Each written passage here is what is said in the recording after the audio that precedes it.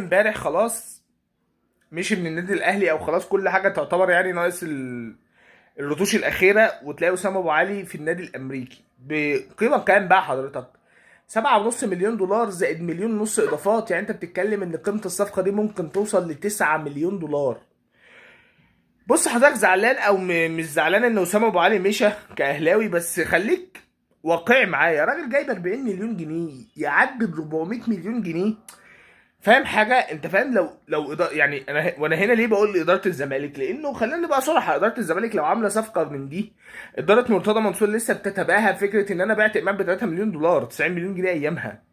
فصفقه زي دي لا، صفقه كبيره قوي قوي قوي كمقابل مادي، ده مبدئيا. طيب بديل اسامه ابو علي حتى الان هو مصطفى محمد، فاهم قصدي؟ ولكن مصطفى محمد بيراميدز زي ما تقول كده ايه، دخل في اللي قال لك لا يا باشا وانا صباح الفل يعني.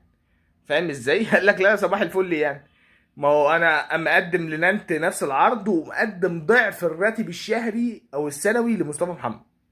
فاهم؟ فمصطفى محمد بص لها كده، العروض الاوروبيه اللي جايه له مش قد كده، وغالبا هيرجع مصر، ولو ان دي مش رغبته، ولكن خلاص هيرجع مصر.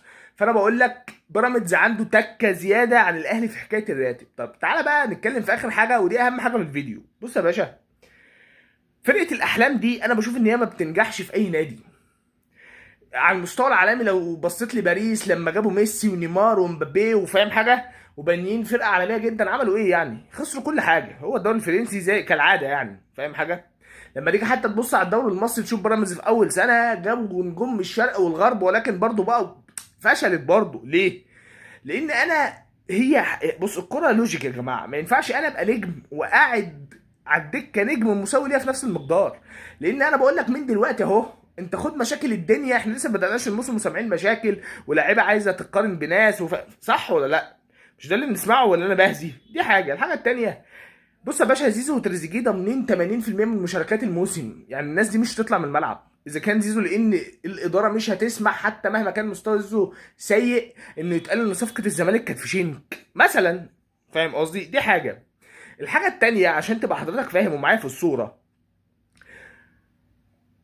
واحد زي اشرف بن شرقي بالعقل جاي من الريان القطري وساب الدوري القطري، وكلنا عارفين البومبا اللي الزمالك اداها له، ولكن في الاخر يظل اشرف بن شرقي لعيب جامد جدا جدا جدا يعني. فاهم قصدي؟ لما يجي يلاقي نفسه على الدكه، الراجل بيتكلم من دلوقتي ان انا يا جماعه انا مش هقعد. فانت لك ان تتخيل شكل الاهلي الموسم الجاي. انا بقول لك انا متوقع موسم كارثي على النادي الاهلي بسبب النجوم اللي الاداره عماله تجيبهم. يعني تخيل ان الاهلي، تعال نتخيل سيناريو دلوقتي، ان الاهلي قدر يتعاقد مع مصطفى محمد، فمصطفى محمد، تريزيجيه، زيزو تحتهم. انا اتخيل عشان يفضوا لا الشغله دي هيحط اشرف بن شرقي مثلا 10 ثابت، عشان يقدروا يحلوا تحتهم امام وبن رمضان وديانج. فاهم الفكره؟ فانت تبقى بتلعب كتيبه هجوميه ومفيش الا ديانج بس اللي بيدافع مثلا، وحط بقى هاني عادي جدا وقلوب الدفاع ومعاهم الشناوي، صح كده؟ مبسوط حضرتك؟ لكن المشكله فين بقى؟ ان واحد زي حسين الشحات، واحد زي طاهر، واحد زي قفشه، وقيس عليهم مثلا خمسة ستة زيهم، ملهمش مكان خالص. فاهم قصدي؟ ملهمش مكان خالص. يعني تشكيلة الأهلي حتى يا أخي، يعني هم على الدكة وهيفضلوا على الدكة طول الموسم، والناس فاهمة ده كويس قوي من دلوقتي. عشان كده تلاقي ان واحد زي مروان عطية كان بيلعب طول الموسم السيزون اللي فات، انا بقول لك مش هيلمس كوره بسبب ديانج. فاهم الفكره؟ فالراجل ده من دلوقتي، طب يا جماعه لو هقعد بقى، طب انا عايز راتب انا كمان اعلى، فاهم؟ وهتبدا حسين الشحات يقول لك طب وانا، طب وطاهر وانا. فمن حته الفلوس هتلاقي ان الفرقه بتفك، واوضه اللبس مش تبقى احسن حاجه، لان في لعيبه حاجزه مكانها. فاهم ازاي؟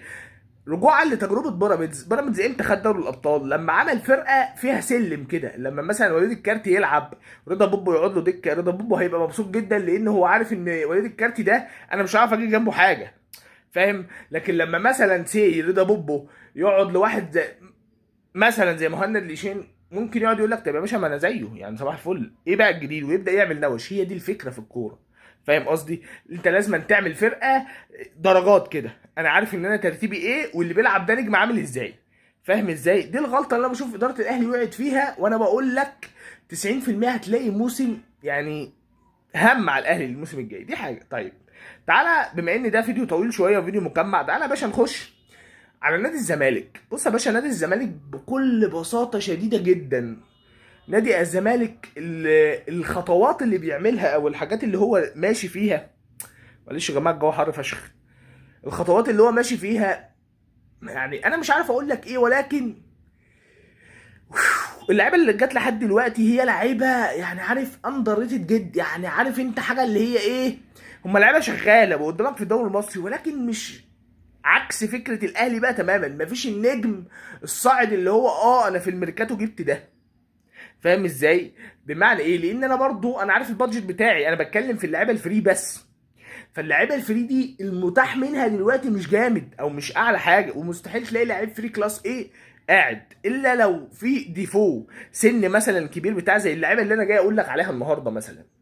بص يا حبيبي، الزمالك دلوقتي بيتكلم في غربال الفلسطيني، ولكن انا بقول لك الراجل ده صعب جدا في ظروف الزمالك الماديه انه يجي، فانا بقول لك انسى من دلوقتي، هو الزمالك استفسر بس الراجل ده يجي بكام، طب لو جه راتب الشخصي، طب الفلوس على دفعات، فاهم قصدي؟ بيتكلم برضو على جناح تحت السن مغربي، لان هو حتى الان مش هيعرف يخلص حاجه الا لما يطلع مثلا الجفالي والجزيري، اللي بقول لك قريبين جدا ان هم يرحلوا خلاص عن نادي الزمالك، ودي خبر بالنسبه لي كويس، فاهم قصدي؟ فيبقى احنا اتفقنا ان الجفالي والجزيري خلاص تقريبا هيطلعوا بيع نهائي، او الجفالي اعاره والجزيري بيع نهائي. تقريبا الزمالك بيتكلم في الجناح اللي انا بكلمك فيه اللي هو المغربي، لاعب كويس، ولكن برضه هو نفس فكره الجفالي، ما الجفالي جاي انت ما كنتش تعرف عنه حاجه، فاهم قصدي؟ والراجل ما قدمش اي حاجه. طب هل ده بالضروره ان الراجل اللي هيجي ده يسقط مثلا؟ لا، احنا لسه ما شفناش.